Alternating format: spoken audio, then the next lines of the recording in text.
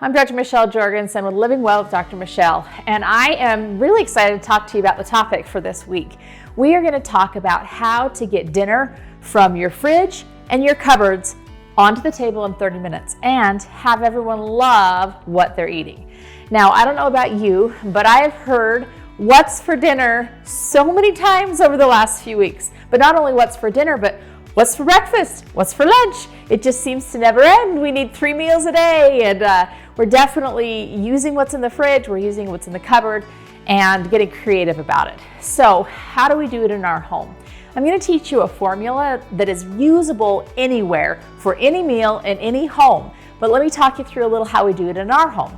We rely a lot on leftovers, but we've relied on leftovers for years. What we've typically done is everything I make for dinner turns into lunch the next day, whether it be it's packaged up to go to school or whether it's remade something for lunch later. It doesn't really matter. We're just using the leftovers for something else. That's something we've done forever. Right now, not only are we packaging up the leftovers though, but we're actually turning it into other things. So we're going to use this same formula and apply it to leftovers and make everything taste amazing. This also applies to what's in the fridge, what's in the cupboard. How do you use what you have to work? So let's talk through this formula right now. The first thing that I want you to think about is this going to be a meat meal or is this going to be a grain meal? I'm going to give you a really short background to that, not a whole long explanation because that's going to be a whole another week all on its own. But in essence, it relies or relates to food combining, the way that food processes in our stomach. When we eat something meat-based, it requires a lot of acidic juices to digest that food. When we eat something grain-based, it actually uses alkaline juices to digest that food. So if you eat something with meat, something with grain, and you put it in the same belly, you're competing. The acidic juices actually balance out the alkaline juices, and then nothing gets digested very well. And it's been interesting because I've actually been violating this rule over the last few weeks. We've just all been a little bit on survival mode, and let's just make a meal, let's make it delicious, but I haven't really been following this rule, and I've noticed a lot of digestive change in myself. So it'll be good to get back to this now. So you choose, do you want a meat meal or do you want a grain meal? But ideally they are not the same thing. You don't have both in a meal for digestive purposes so that you're able to digest and get more out of that meal and feel better after as well. That's the first thing you're going to decide. So let's just check that one off the list, meat or grain. Next one is going to be flavor profile. So you think, okay, what sounds good today? You know how this works because this is the same thing that works when you talk about going out to eat or whatever it might be. You know, what's going to taste good? Oh, today maybe Mexican. So that's going to be the flavor profile. You hear those words on Food Channel, but really all it means is what's your food going to taste like? Then you're going to decide, am I going to make one of 4 things? In this formula, there's 4 things that you can always make. You can always make a salad, a soup, a stir fry, and a bowl. And we'll talk through those 4, but you're going to choose which one of those 4 things am I going to make. After that, you're going to go to your vegetables. And when you think about flavor profile, it will often guide the vegetable choices you make. Or, in my case, what's in the fridge will often guide the vegetable choices I make, which will then guide the flavor profile. So a lot of this is based on what you have available as well.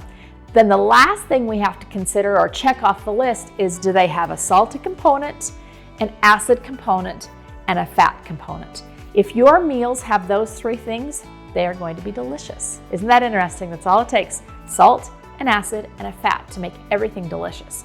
So let's go through an example of that. What I have on hand right now, I'll just walk you through what my head did this morning in thinking about what we're gonna have for dinner. So I started thinking, what do I have on hand? All right, right now my greenhouse is starting to produce and I have a lot of bok choy. In fact, when I was out there just a couple of days ago, I saw that I have some bok choy that it's actually already going to seed. I don't want to lose that harvest, so I need to use bok choy today. That has to happen. I also have a bucket full of green onions that we pulled out when we were thinning some things and cleaning up the garden. So I have bok choy, I have some green onions, I also have some radishes that are getting huge out in that greenhouse. So bok choy, green onions, radishes so far. I know in my fridge, I've got a half a carton of mushrooms. So already, when we're thinking about bok choy, green onions, radishes, and mushrooms, what is coming to your mind instantly? And you know, people will tell me all the time, oh, you're just creative. You can just think about what to do with this kind of food. That's not true. You've all eaten in a restaurant. You can all tell me when you go, let's say to an Asian restaurant, what typically you're gonna see on your plate. You can all tell me when you go to a Mexican restaurant what you're gonna see on a plate, and on for every other kind of food profile. You've eaten these foods, you've seen these foods, you've been to a restaurant, you've ordered these foods, you know what's in these foods. So don't fall back on oh, I'm just not creative that way. No. Think about what you've eaten in a restaurant. So I think about those things and I think, wow, that sure sounds like a Chinese restaurant I've eaten at before, right? Some Asian greens, green onions, radishes, and mushrooms. That's an Asian meal all over the place. So now I'm gonna say, all right, am I gonna do a grain or a meat meal? Well, I already decided that I have some really nice whitefish that I want to use in the freezer. So that means it's going to be a meat meal. What that means is I can cross grains off the list. I don't need to do anything with that at all. So now my choices are, am I going to make a salad, a soup, a stir fry, or a bowl out of this? I'm not going to make a bowl because I'm not going to have a grain in this meal. So pretty much it makes it a lot harder to do a bowl unless you do just greens as your bowl, which is great, but then you've really created a salad. So again, I'm down to salad, soup, and stir fry. Well, it's pretty obvious that I'm probably going to go with either a salad or a stir fry for this one. I think I'll probably do a salad because fish doesn't work as well in a stir fry. It kind of falls apart in a stir fry, so I think I'm going to do a salad. I think, okay, do I have greens? Can I make a salad? Yes, actually I have a greenhouse full of lettuce. Beautiful. We'll make a salad. So let's think about the vegetables we already know. We are going to do a lettuce for the base of this salad. We're going to add some bok choy, some radishes, some green onions, and some mushrooms. I like the bok choy cooked, so I'm going to cook that a bit.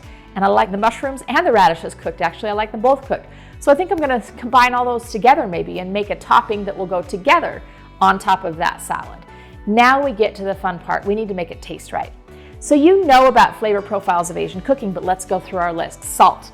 So what could be salty that could be in our meal? Soy sauce. It's an easy one, right? Soy sauce is very salty. It's a great one to add. How about the acid component? Well, in a lot of Asian cooking, they use a vinegar. They use one that's called rice vinegar very often. It's a nice mild vinegar, gives a good Asian flavor, so that's a nice acid component. How about fat? Well, those vegetables that I'm going to be cooking in some sort of oil. I think I'll probably use an avocado oil. So when I combine those three things together, now I have those three flavor profiles. I may also do a little top dressing of some sesame oil because that gives a real Asian kick and that gives a little bit extra flavor and a little extra oil. So I would have my salt, my acid, and my fat in that meal. So tonight we're going to have a delicious Asian whitefish salad spread on top of greens with some Asian vegetables and a really nicely cooked whitefish, probably with a little bit of sesame oil and soy sauce, maybe some of those green onions sprinkled over top, and some sesame seeds on top. Again, think what you would have had in an Asian restaurant. They probably have some sesame seeds on top. Brings a little bit of a fat component to it, but it also makes it look good. So that's how you put the formula together. Now, can I do that in 30 minutes or less? Absolutely. That fish takes about 10 minutes to cook. Those vegetables, even including going to the greenhouse to get them, are going to be maybe 15 minutes max. The salad, you're going to tear it up.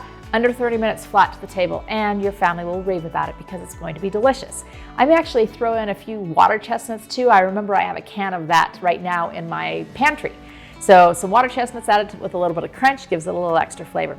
That's the formula. That's how it works.